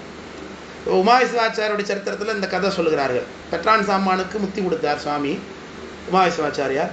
முத்தி கொடுத்த உடனே மறுநாள் அதே போல் எல்லாருக்கும் முத்தி கொடுத்து காமிங்களான்னா முடியல. ஏன்னா அவர் முத்தி கொடுத்தாலும் நாம் வாங்குறது தயாராக இல்லையே. அலைகடல்வாய் மீன் விசிறும் பேராசை வாரியனை பாடுதுங்கான அம்மானான்னு சாமி மணிவாசகர் பாடினார். ஆனால் சாமி கொடுக்க தயாராக இருந்தாலும் நம்மக்கிட்ட வாங்கிக்கிறதுக்கு ஆற்றல் இல்லை. நம்மகிட்ட நிறைய இங்கே கசடு இருக்குது. அப்போ நாம் பாருங்க, அதாவது அறிவை பெருக்குவது தான் முக்தி ஞானம். நம்மகிட்ட அறியாமை இருக்கிறதுக்கு எவ்வளோ உபதேசம் பண்ணிகிட்டு இருந்தாலும் அது வாங்க முடியாது. அப்போ நம்மக்கிட்ட இருக்கிற அறியாமை நீங்கினா தான் இது பூர்ண அறிவை பெறும். பூர்ண அறிவை பெறுவது தான் முக்தி. அப்போது பூர்ண அறிவை பெற்றிருக்கிறது என்பது அந்த தீவிரதர சத்தினிபாதம் என்று சொல்கிறார்கள். அப்போ தீவிரதர சத்தினிபாதம் இருக்கிற உயிர் என்ன ஆகுமா, உபதேசம் பெற்ற மாத்திரத்தில் இந்த உலகத்தை விட்டு போய்விடும் முத்திக்குன்னு சொல்கிறார். இதுக்கு அழகான உதாரணம் சொன்னார். சிவஞான போதத்தில் 8ஆம் சூத்திரத்தில் 2ஆம் அதிகரணத்தில் ஒரு மேற்கோள் ஏது வரும். என்னென்னா, தாய்த்தரையே ஆம் தரையினர் ஊஞ்சல் ஆடிக்கிட்டு இருக்காங்க. ஊஞ்சல் ஆடும்பொழுது கயிறு அறுந்து போச்சுன்னா என்ன ஆகும், சட்டுன்னு அந்த ஊஞ்சல் பலகை தரைக்கு விழுந்துடும். அதுபோல் சுவாமி தீவிரதர சத்திரிவாதம் உடைய உயிர்களுக்கு சுவாமி உபதேசம் பண்ணிய மாத்திரத்தில் அந்த ஊஞ்சல் பலகை எப்படி தரை வந்து அடைகிறதோ அது மீண்டும் சென்று மேலே போகாதோ அதே மாதிரி திருவடியை சென்று அடைந்து விடும் அப்படின்னு விளக்குறார். அதுக்கு சித்தியார் அது அழகாக இன்னொரு உதாரணம் சொல்ல பாருங்க. சிறைசை நின்ற செழும்புணலில் உள்ளம் சிறைசை புலல் உணர்வி தீர்ந்து சிறைவிட்டு அலைகடலில் சென்றடங்கும் ஆறுபோல் மீளாது உலைவில் அரண்பாதத்தை உற்றுனார். இது சஞான பதம் பாட்டு. இது அது தடைப்பட்டதாகிய ஆற்றுல தடைப்பட்டிருக்கக்கூடிய கழுங்களை நிறுத்தி வச்சிருக்க தண்ணி கழுங்க தூக்கணுன்னு எப்படி சர்றன்னு ஓடி போய் கடலை சேர்ந்து திரும்ப வராதோ அதே மாதிரி தீவிரதர சத்திரிபாதம் எடுத்த உயிர் அது சுவாமி திருவடியை உபதேசம் பெற்ற மாத்திரத்தில் சென்றடைய திரும்பி வராது. இதுதான் மீண்டு வாரா வழியருள் புரிபவன் பாண்டிநாடே பழம்பதியாகன்னு சுவாமி சொல்கிறார் மணிவாச பெருமானவர். மீண்டு வராது அந்த உயிர். அப்போ தீவிரதர சத்திரிபாதத்துக்கு தான் அது. இப்போ நமக்கெல்லாம் பாருங்க இந்த தீவிரதரம்னு ஏற்படலை. ஒன்று மந்தமோ மந்ததரமோ தீவிரமாக தான் இருக்குது. ஆச்சாரிய உபதேசம் ஆயிருக்கு, தீக்கி ஆயிருக்கு, ஆனால் நம்ம இன்னும் போய் சேரவில்லை. அப்போ நமக்கு அடுத்த கட்ட உபதேசத்தை சொல்லுகிறார்கள். அது என்ன என்றால் அதுதான் நாம் செய்ய வேண்டியது. அதுதான் இப்போ நமக்கெல்லாம் என்னங்கிறது நம்ம சொல்யூஷன். இப்போ முத்திக்கு போனவங்களை பற்றி நம்ம பேசி என்ன பண்ண போகிறோம்? இப்போ தேவையில்லை. இப்போ நாம் என்ன ஆகணும், நமக்கு என்ன சொல்யூஷன், அதுதான் இங்கே முக்கியமான விஷயம். ஏன் நமக்கு உபதேசம் ஆகியும் நம்ம சாமியை தரிசிக்கவில்லை, சாமியோட அனுபவத்தை பெறவில்லை அப்படிங்கிறதுக்கு ஊனக்கண் பாசம் உணரா பதியினர். ஊனம் அதாவது பாசம் இருக்கிற வரைக்கும் பதியை உயிர் உணர முடியாது. அப்போ நம்மக்கிட்ட என்ன இருக்குது? தீவிரத்திர சத்திரிபாதம் இருக்கிற வரைக்கும் நம்மக்கிட்ட பாசம் இருக்கிற வரைக்கும் சிவதரிசனம் உண்டாகவே உண்டாகாது. அப்போ என்ன ஆகணும்? இறைவனை பார்ப்பதற்குரிய கண்ணை பெற வேண்டும். அதுதான் ஞான கண்ணினிற் சிந்தை நாடி என்று சொல்கிறார். உயிரையே பார்த்தீங்கன்னா திருவைந்தெழுத்திற்கு சிவய நம.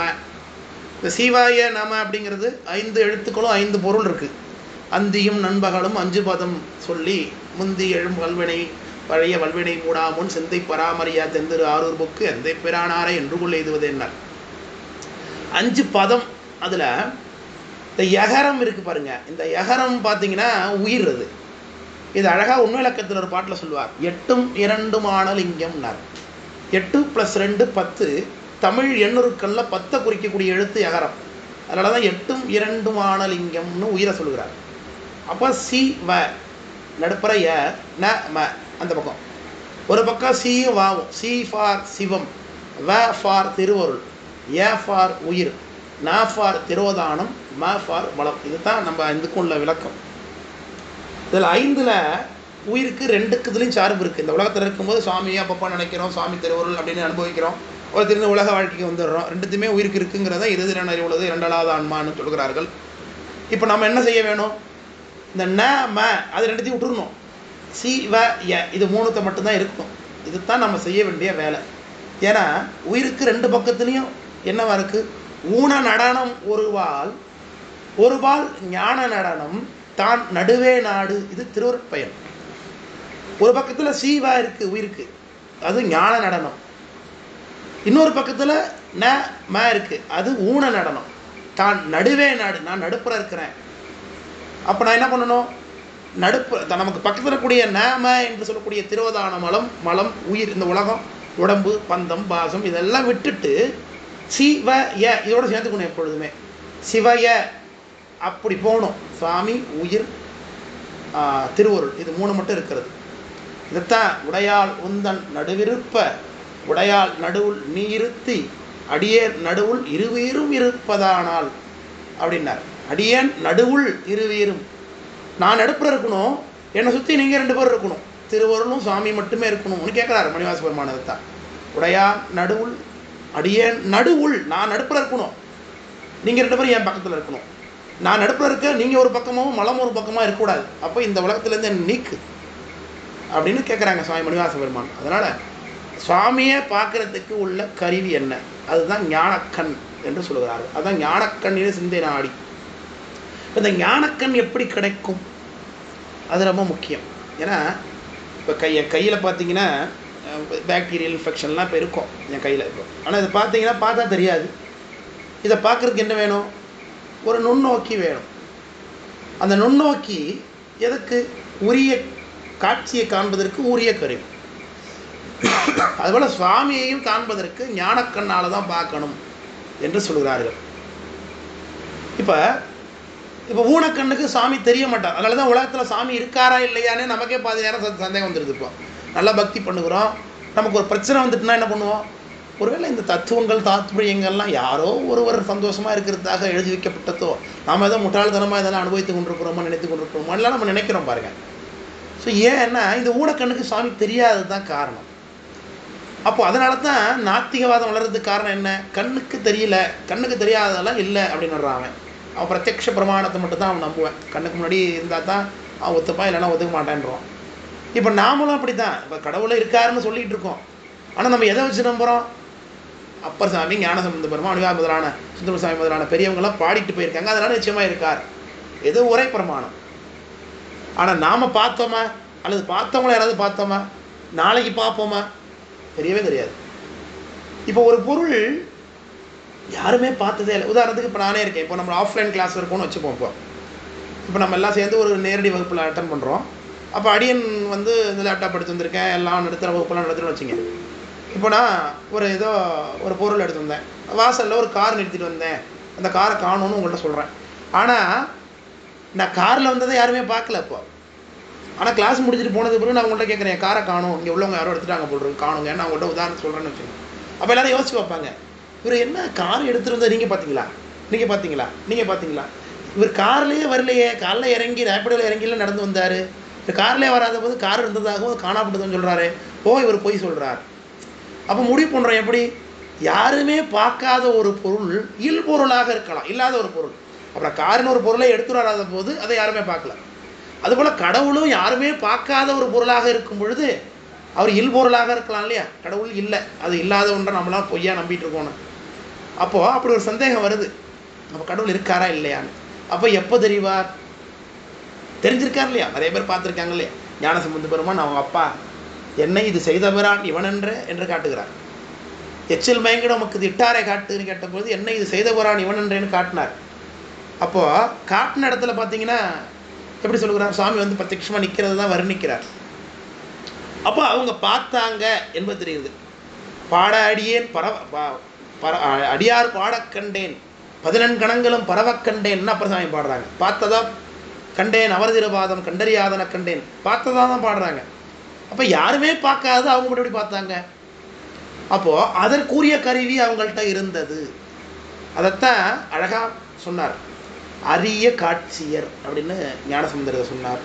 வாழ்க அந்தனர் வானவராணின அந்த பாட்டில், 2வது பாட்டில் அரிய காட்சியராய் தமது அங்கை சேர் எரியரு எருகந்து எருவர் கண்டமும் கரியர் காடுரை வாழ்க்கையர் ஆயினும் பெரியர் ஆரறிவார் அவர் பற்றி என்ன. அப்போ அந்த அரிய காட்சியர் என்பதுக்கு என்னென்னு விளக்கம் சொல்கிறார் சாமி சேக்கடார் சுவாமிகள். தெரி அலா நிலை அலால் தெரியான் அப்படின்னார். உரிய அன்பினில் தெரிவான்னார். அரிய காட்சி என்ன தெரியுமா? இல்லைன்னு அர்த்தம் இல்லை.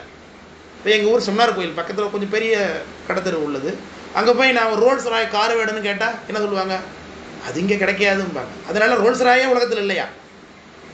அந்த இடத்துல ரேராக இருக்குது, அவ்வளோதான். இப்போ மயிலாடுதுறைக்கு போனாலும் கிடைக்காது, சென்னைக்கு போனால் ஒரு வேலை கிடைக்கலாம். சென்னையில் கூட என்ன சொல்லுவான்? ஒரு மாதத்துக்கு முன்னாடி நீங்கள் புக் பண்ணுங்க அப்போ தாங்க வரும்பான். அப்போ அது ரேர் பீஸ்ன்னு அர்த்தம். அதனால அது இல்பொருளா பார்க்க முடியலங்கிறதுக்காக அது இருக்கிறது தான், ஆனால் அரியது. எப்படி? உரிய காலத்தில் வரும். அதுபோல் முயல் கொம்பு போல சிவபெருமான் இல்பொருள் அல்ல, பதி இல்பொருள் அல்ல, கன்றுக்குட்டியின் கொம்பு போலன்னாங்க. கன்றுக்குட்டிக்கு கொம்பு பிறக்கும் போது இருக்காது, ஆனால் அது எங்கே இருந்தோ இல்லாமல் வந்துச்சு, உள்ளது தான் தோன்றியது. உரிய காலத்தில் வெளிப்படுவது போல சுவாமி உரிய காலத்தில் வெளிப்படுவான். ஆனால் பார்க்கிறத வரைக்கும் அதுக்கு டைம் என்பது ஒன்று இருக்கிறது மாதிரி உயிருக்கு ஞானம் என்கின்ற கருவி அது வேணும். அது திருவுருளாகிய கருவி. அதைத்தான் திருவுருள் அம்பாள் கொடுக்குறா. அதை அழகாக சிவபிரகாசத்தில் சொன்னார். பரபோக ரூபம் தரும் பெருங்கருணை வடிவுன்னார். அதை பரபோக ரூபம்னார். இந்த உடம்பு இருக்கே, இந்த உடம்பு இந்த உலகமும் இது இகபோக ரூபம். இது இந்த உலகத்தில் நாம் அனுபவிக்கிறது. இந்த வீட்டை அனுபவிச்சுட்டு இருக்கேன், இந்த சேரில் இப்போ நான் உட்காந்துருக்கேன், இதை அனுபவிக்கிறது இந்த உடம்பு தேவை. இந்த சேரில் உட்காந்துருக்கேங்கிற அனுபவம் எனக்கு இந்த உடம்பால் தான் கிடைக்கிது. உயிரால் உட்கார முடியாது, நிற்க முடியாது, ஒன்றுமே கிடையாது உயிருக்கு. அப்போ உயிருக்கு அனுபவம் வேணும்னா கருவி வேணும். இந்த உலகத்தில் மாயாகாரியமான கருவி, இந்த மாயாகாரியமான கருவியால் சிவபெருமானை தரிசிக்க முடியாது.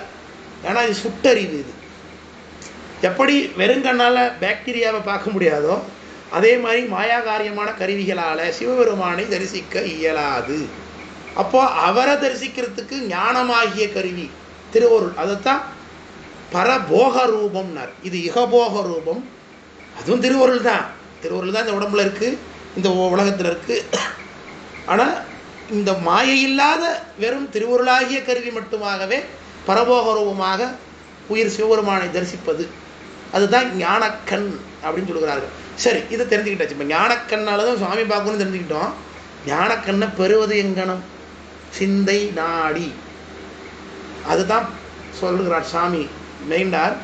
உராத்துணை தேர்த்தென பாசம் உருவ தன்னிழலாம் பதி விதியனும் அஞ்செழுத்துன்னு அழகாக சொன்னார். என்ன சொல்ல வராங்கன்னா, இந்த உலகம், இந்த உடம்புக்கு உயிருக்கு கருவி இருந்தால் தான் தரிசனம் ஆகும்னு சொல்லியாச்சு. அருள் கருவி வேணும். இப்போ உயிருக்கு அருள் கருவி இருக்குது, ஆனால் கூடவே பாசக்கருவி இருக்குது. அப்போ என்ன பண்ணணும்? இருக்கிற அருள் கருவியை மட்டும் பிடிச்சிக்கிட்டு பாசத்தை விட்டுறணும், பாசக்கருவியை விடணும்.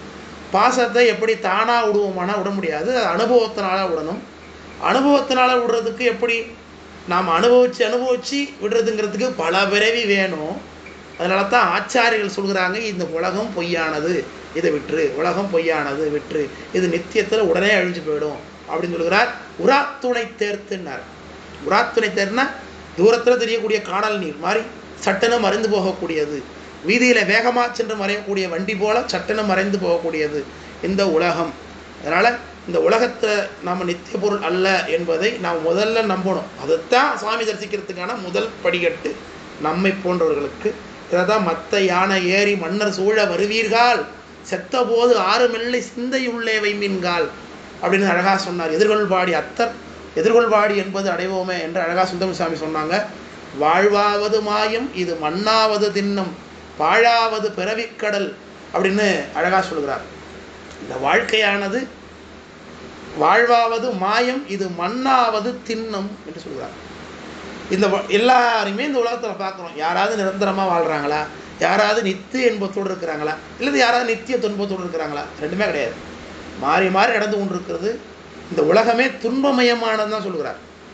அது ஞானசம்பந்த பெருமான் பாடத்திலே சொல்லிடுறார் பதிகத்திலே. துயர் இலங்கு உலகில் பல ஊழிகள் தோன்றும் பொழுதெல்லாம்னார். உலகத்தை சொல்லும் பொழுது துயர் இலங்கு உலகம் தான் சொன்னார். இப்போ அடிப்படையிலே இந்த உலகம் எப்படிப்பட்டது? துயரமயமானதுன்னு சொல்லியாச்சு. இப்போ இங்கே இன்பத்தை தேடுனா முட்டாள்தனம் யாருக்கிட்ட இருக்குது? நம்ம கிட்ட தான் இருக்குது.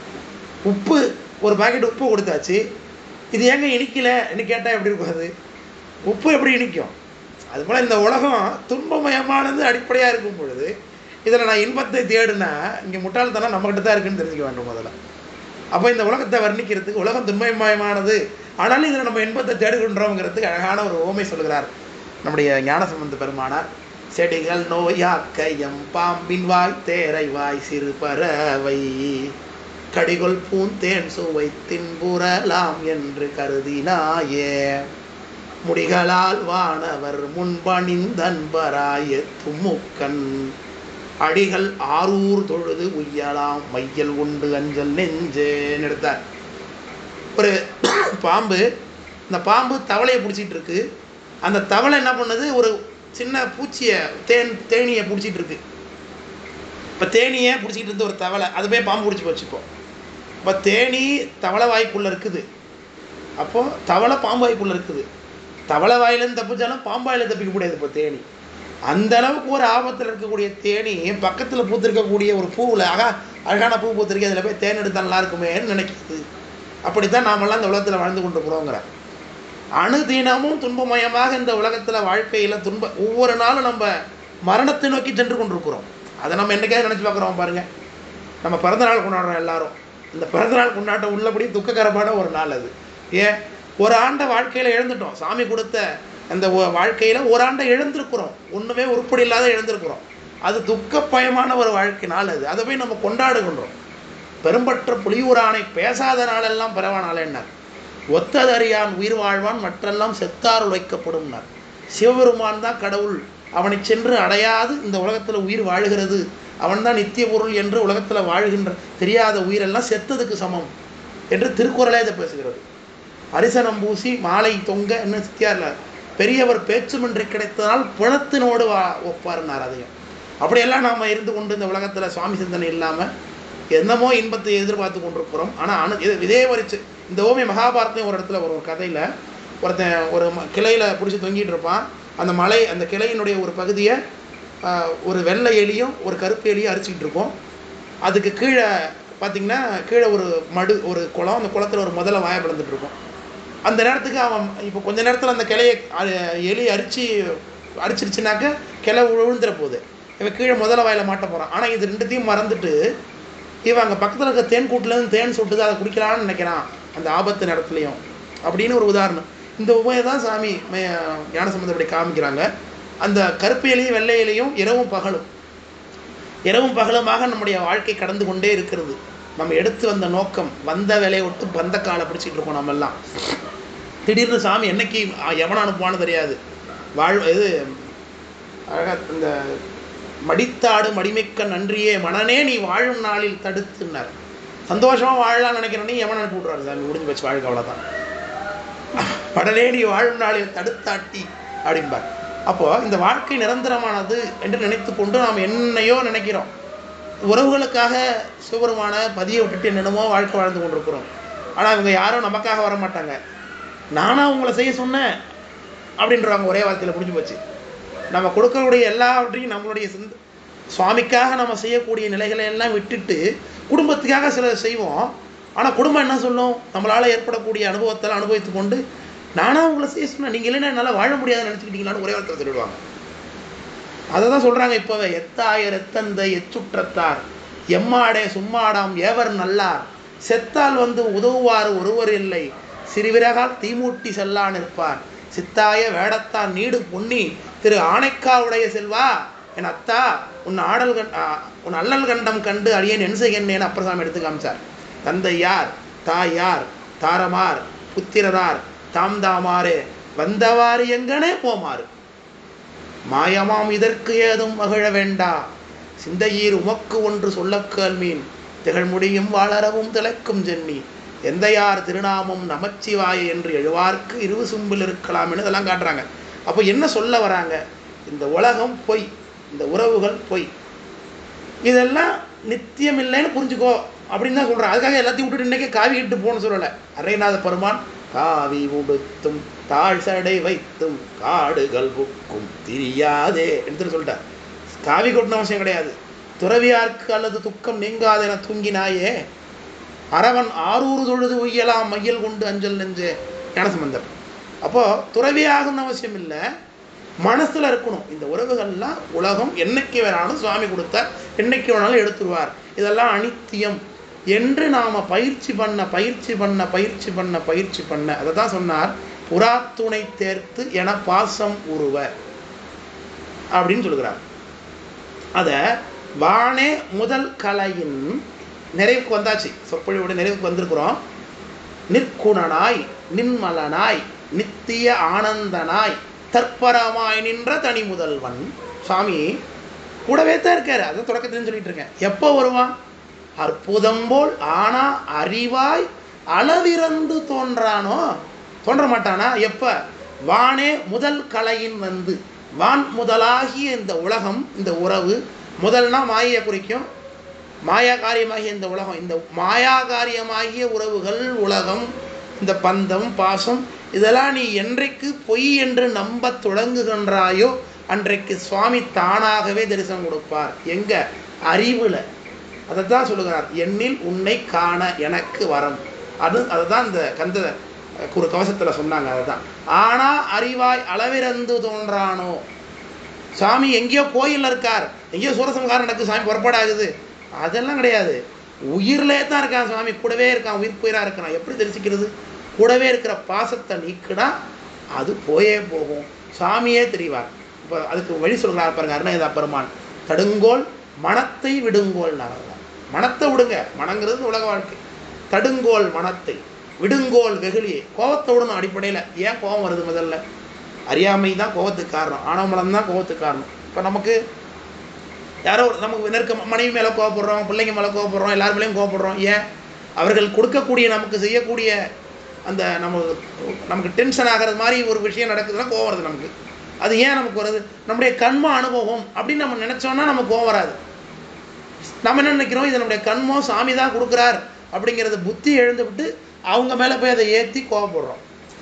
பொதுவாக கோபத்தை பற்றி பேசும் பொழுதே வெகுளியால் அழியும் தவம் என்று சொல்லுகிறது திருவிளையாடல் புராணம். நீங்கள் அனுஷ்டானம் பண்ணுறீங்க, ஒரு கோயிலுக்கு போனீங்க, சிவபூஜை பண்ணீங்க, இதெல்லாம் தவம். சிவபூஜை முடிச்சுட்டு டக்குனு கோவப்பட்டீங்கன்னு வச்சுங்க யார் மேலே, அந்த சிவபூஜை பலன் போச்சுங்கிற. வெகுளியால் அழியும் தவம். அப்போ கோபத்தை விட்டுருணும். சினம் என்னும் சேர்ந்தாரை கொள்ளி அப்படின்னு சொல்லுது. ரெண்டாவது, செல்லிடத்து காப்பான் சினங்காப்பான் நல்லிடத்தில் காக்கினேன் காவாக்கானேன். நம்ம மேலே கோபத்தை நான் கட்டுப்படுத்திக்கிட்டேன். ரொம்ப கோபம் தான். அவளை யார் மேலே? முதலமைச்சர் மேலேன்னா அவர் மேலே நீ கட்டுப்படுத்திட்டா இல்லை, கட்டுப்படுத்தலாம் இல்லை. கோவம் வர ஒன்றுமே பண்ண போகிறது இல்லை. அப்போ கோவம் யார் மேலே கட்டுப்படுத்துகிறோம்? நம்ம கோவம் யார் மேலே செல்லுமோ அவங்க மேலே தான் கட்டுப்படுத்துகிறோம். அதை தான் சொல்லுகிறார். அப்போது நம்ம கோபம் இருக்குது, அந்த கோபத்தை நமக்கு யார் அடிமையாக இருக்காங்களோ அவங்க மேலே காட்டுறோம்னா அதுக்கு பேர் கோபமா? அது கோபம் இல்லை, அது நம்முடைய அறியாமை. அதான் சொன்னார், விடுங்கோள் வெகுளியை தானம் என்றும் இடுங்கோள். எல்லாருக்கும் கொடுங்க, சாமி கொடுத்தார் இந்த பொருள் என்று கொடுங்க. அதனால தான் ஈயார் தேட்டை தீயாறு கொள்வார் என்று சொல்லுகிறார். கரப்பவர் தங்கட்கெல்லாம் கடு நரகங்கள் வைத்தார் அரப்பசாமி. இறப்பவர்க்கு ஈய வைத்தார், ஈபவர்க்கு அருளும் வைத்தார். கரப்பவர் தங்கட்கெல்லாம் கடு நரகங்கள் வைத்தார். மறைச்சிட்டோம்னா, பொருளை மறைச்சு வச்சுக்கிட்டோம்னா. பரப்பு நீர் கங்கை தன்னை படசடை பாய வைத்தார், அரக்கனுக்கு அருளும் வைத்தார் ஐயன் ஐயரானார்னு அப்பசாமி தேவாரம் அப்படி சொல்லுகிறார்கள். அதான் இடுங்கோல், இருந்தபடி இருங்கோல். இதுதான் முக்கியமான உபதேசம். என்ன உபதேசம்? இருந்தபடி இரு. சாமி கொடுக்குறார், அனுபவி. கொடுக்கலையா சாமி திருவருள், கொடுத்தாரா சாமி திருவருள், நம்மளை கோவப்படுத்தினாங்களா சாமி திருவருள், நம்ம இழந்துட்டோமா சாமி திருவருள், ஒரு உறவே போயிடுச்சா சாமி திருவருள், ஒருத்தர் செத்தே போயிட்டாங்களா சாமி திருவருள், ஒருத்தர் புதுசாக வந்துட்டாங்களா சாமி திருவருள். இதை பயிற்சி பண்ணணுங்கிறாங்க. உடனே நாளைக்கே இது முடியாது நம்மளால, ஆனால் இதை பயிற்சி பண்ணுக்குங்கிறாங்க. அதனால அதான் சொல்லுகிறார், இருந்தபடி இருங்கோள் எழு பாரும் புய்ய கொடும் கோபச்சூருடன் குன்றம் திறக்க துளைக்க வைவேல் விடுங்கோன் அருள் வந்து தானே உமக்கு வெளிப்படும் என்றார். அப்போ சுவாமி வந்து நமக்கு வெளிப்படுவார். நாம் சென்று தேட வேண்டியதில்லை. நாம் செய்ய வேண்டிய காரியம் என்ன? உலகம் பொய் என்று விடுவதற்கு முயற்சி தான். அதை விட்டோமானால் சுவாமி தரிசனம் தானே நடக்கும். அழகான சொன்னார், வெய்யிற்கு ஒதுங்க உதவா உடம்புன்னு. அந்த உடம்பு பற்றி பேசும் அழகான அது பெருமான். வெயிற்கு ஒதுங்க உதவா நிழல் கொண்டது. நம்ம நிழலில் நம்ம ஒதுங்க முடியாது, அந்த அளவுக்கு தான் நம்ம உடம்பு நம்ம பயன்பாட்டில் இருக்குன்னார். அதனால தான் நொய்யிற் பிளவட வேணும் ஈயும் அழகாக பண்ணார் பாட்டுதில். கயிற் பொருள் உதவாது காணும் கடைவழிக்கே. இந்த உலகம் எந்த காலத்துலையும் உனக்கு உடன் வர போகிறதில்லை. அதனால் இந்த உலகத்தை முதல்ல பொய்ப்பொருள்னு நினைப்பது தான். நம்மளை மாதிரி சகல விருக்கத்தில் சத்திரிபாதம் குறைவாக இருக்கக்கூடிய நமக்கெல்லாம் ஆச்சாரியன் வந்தாலும் இந்த உலகத்தில் சுவாமி நமக்கு தரிசிப்பதற்கான வழி அதுதான். நாங்கள் அப்போது கண்டதை அன்று அன்று என விட்டுனார். இதை உலகத்தில் இது பொய், இது பொய், இது பொய், இது பொய், இது பொய், இது பொய், எல்லாத்தையும் பொய் பொய் பொய் என்று விட்டோமானால் அண்டனை ஆன்மாவில் ஆய்ந்து உணரன்னார். ஆன்மாவில் சாமியை பார்க்கலாம். அப்போ சுவாமி தரிசனம் பண்ணுறதுக்கு ஒரே வேலை என்ன? உலகம் பொய்யானது, உறவு பொய்யானது, இதெல்லாம் நித்திய பொருள் அல்ல என்பதை பயிற்சி கொண்டு வருவது தான் அப்படின்னு சொல்கிறார்கள். இது அழகாக எப்படி சாமி உள்ளே இருக்கிற வெளிப்படுவார். இப்போ இவ்வளோ நாள் கூடவே இல்லை, நான் பார்க்கல, ஆனால் இருக்காருன்னு சாஸ்திரம் சொல்லுகிறது, நம்ம பார்க்கலையே. இல்லாது எப்படி திடீர்னு தோன்றுன்னு சொல்லுகிறீங்க? உரிய காலத்தில் எழுப்பு சொல்லுங்க. அதுக்கு அழகான ஓமை கடைசியில் வச்சார். எல்லா முளைப்பாலும் கண்ணீரும்னார். ஒரு கண்ணி இருக்கிறா, அவள் பிறந்ததுலேருந்து அவர் வளர்ந்ததுலேருந்து அவள் ஸ்தனம் உண்டாயிடுச்சு, முளை வளர்ந்துருச்சு.